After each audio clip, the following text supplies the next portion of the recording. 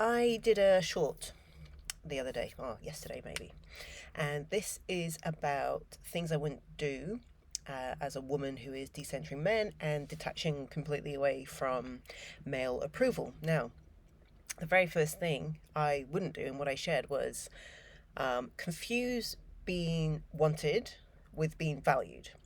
Now, what do I mean by that? When you are out in the dating world, and you're a little hottie, there are going to be men knocking down your door. You probably have experience of that.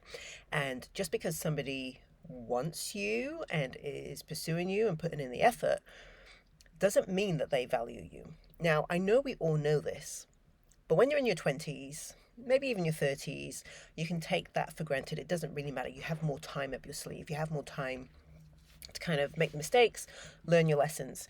If you are 40s, 50s, even maybe post-divorce or post-long relationship, long committed relationship, and you get yourself out there, and especially if you haven't dated for 5, 10, 15 years, the whole game has changed. The whole game will look completely different to when you were a single gal before.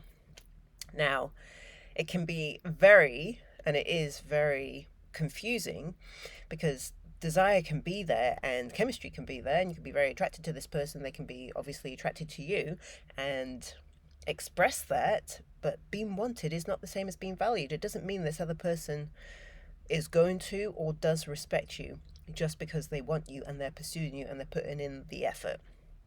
Now, if you're watching this, you might have had experience of that and learnt the hard way. I know I had to personally learn the hard way because, there are a lot of options out there. And just because somebody is interested in you, you need to start thinking, am I interested in you? Do you have the things that I'm looking for? Because if not, then you really are going to waste your time and your precious energy on someone who just wants you because they just want access to you, your body, for whatever it may be, for however long it might be, week, 3 weeks, a month, 6 months, whatever it is. Now, there is nothing wrong with that if that is what you are looking for. But I know a lot of women who are out there in the dating world and maybe thrown out there because they've been in a long-term relationship or marriage and suddenly find themselves single or separated or divorced, whatever it may be, can confuse the fact that somebody wants you and they are essentially love bombing you and they're essentially, putting in the effort, perceived effort, that's someone who's going to value you.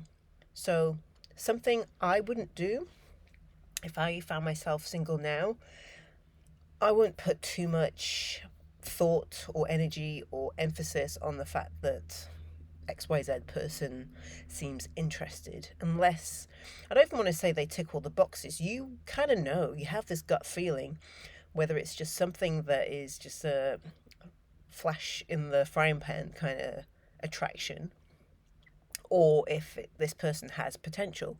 Sometimes you're never going to know. Sometimes it might take a week, 2 weeks, 3 weeks, 4 weeks. I don't know how long. Depends how discerning you are. But to become discerning, you kind of need to get yourself out there, in my opinion, and date different kinds of people to really establish what you want, what you don't want, and test yourself on how discerning you are so you do not repeat the patterns of your previous relationships. Because we so often do that. We defer to what we know, especially when we haven't done the work, when we haven't done that deep internal work to decondition, to deconstruct, to become this version of us who operates in a different way, who doesn't make the same decisions, who doesn't fall for the same BS, and someone who really knows who she is and is on her way to being the most true and authentic version of herself. So I just wanted to share that here.